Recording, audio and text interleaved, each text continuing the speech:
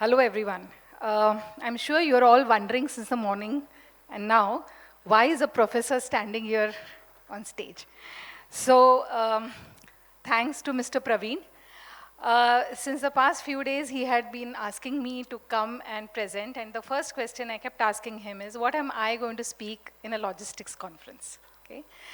I'm just back from Delhi from a very amazing conference. And I thought that, okay, this could be a very good opportunity to speak to you. I'm not going to have a presentation. I would prefer to just speak to you, and I promise you I will not take much time.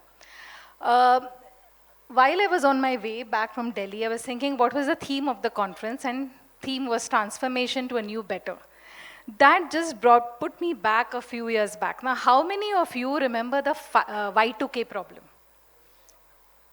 Okay, very few. So for those who don't, so I feel transformation usually happens either when there is a crisis or when there is a knowledge of an impending crisis.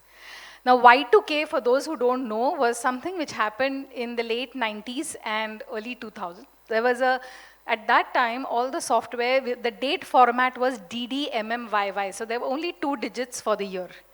And all the systems were based on 2 digit. And then suddenly when people realized that the year 2000 was approaching, they didn't know how to deal with it because they felt that the laptop, the computers at that time would not be able to understand how to handle 00. It would either mean 1900 or they would just go, and it would impact a lot of systems, right from a lot of sectors, right from finance to everything, because your interest rates and everything would get impacted. And therefore, what happened for this change? Suddenly, there was a rush to get this addressed. And how did it impact India?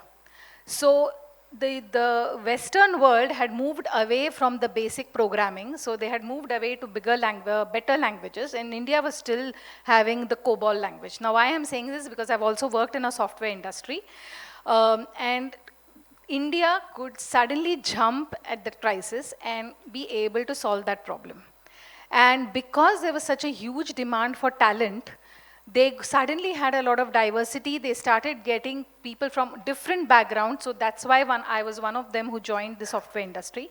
And how did it impact and what was the outcome? The outcome was that suddenly, within a span of 3 to 4 years, the software exports of India moved from 1.2 billion to almost 6 billion in just 3 to 4 years. Because all the companies abroad started using India as a back office, and software industry saw a revolution. Now let me, in the interest of time, I will not give you another example, but today, how is this going to impact the chemical industry? As I said, chemical industry, disruption and change is inevitable, like we have already spoken. The speakers before have talked a lot to you about disruption. I'm going to tell you a different form of disruption, that is disruptive innovation. While we are all talking about disruption in logistics, disruption in the supply chain due to the war, etc., I'm just back, as I said, from Delhi, from an innovation summit. And there I saw something which really set me thinking. Today, there is disruption happening in the way we are going to produce specialty chemicals. Why? Because we are seeing an intersection of different sciences. So I have seen some startups which are doing some amazing work. And what are they doing? They're using the power of biotechnology to produce specialty chemicals. So there were these examples where people used microorganisms. They are exposing them to flue gas. They are trying to capture the CO2 and converting that CO2 to biomass, and then from biomass to specialty chemicals. So people who have a biotechnology background can now understand what is happening. And is this going to impact the chemical industry? Of course, because your raw materials may no longer be the classical raw materials that you're using. And I think it is important to keep this in mind, because while we are in the chemical industry and trying to address the day-to-day issues like the transport or the risks or the hazardous chemicals or the supply chain issues or the inventory, these are things which are going to impact you few years down the line. But if we are prepared and if we know about it today, we will be better prepared for a tomorrow. So the first one was disruptive innovation. The second example, the second thing I feel that the chemical industry has to look into is diversity and inclusion. And diversity not only in terms of gender, but also in terms of understanding what changes are happening in adjacent sectors. While we are in the chemical industry and I've been there for a long time, I can tell you that we are so internally focused many times, we forget to look at what is happening next door. And at least my experience is that most organizations always want to hire people from the same sector. They don't want to look beyond their sector because they want people with the same experience. And I think that if you really want to transform, then you need to take a little bit of risk and take people from other sectors, because those are the ones who are going to tell you what you are not seeing on a day-to-day basis. Also looking at the diversity in gender, I can see very few women here. Where are all of them? And why are we not doing something to get them on board and add them? Because we all know that the more diversity in ideas, thoughts, gender, you are going to have a better chance of transformation. And the last but not the least is dialogue. Are we having a dialogue with the right people?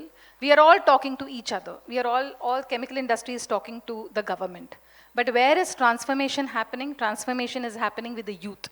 The people whom I saw 2 days back at the Innovation Summit and the startups, they're all in the age group of 20 to 30. And they want change.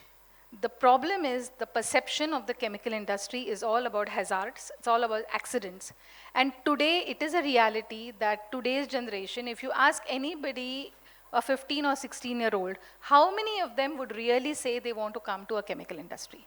So the perception is that this is a unsafe industry and nobody wants to be associated with this. And this is where I would say that Somaiya Vidyavihar University is on a journey to change this and build partnerships with industry so that we can help you to address some of these issues.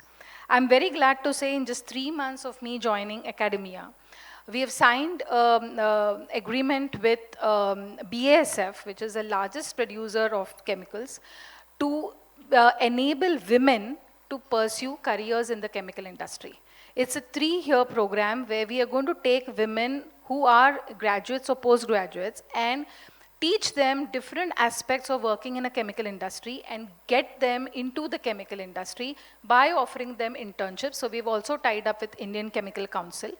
And I think this is what we need to do if we need to really attract people to the chemical industry. And today I can tell you it's not only chemicals, but it's even the core engineering disciplines where most of the today's students are shying away and everybody wants to go into tech. And the survival of this industry will only depend on whether you get the right talent and the right people. So we do have our faculties of operations, we have supply chain management, we have IT, we have research. And I can tell you one thing, that when you take management, everybody in MBA, everybody wants to opt for sales and marketing. Very few who really want to take up supply chain or operations. And I think as a team together, we all need to address this, and this can only happen if we all come together. And with these few words, I would like to thank Mr. Praveen for encouraging me to come here and for encouraging the talk about industry academia. I know past 2 years or 3 years he's been talking about bringing industry and academia together. And if we don't get together, I can tell you we'll not be able to solve the problem. How many of you have ever thought of having a university name as one of the sponsors?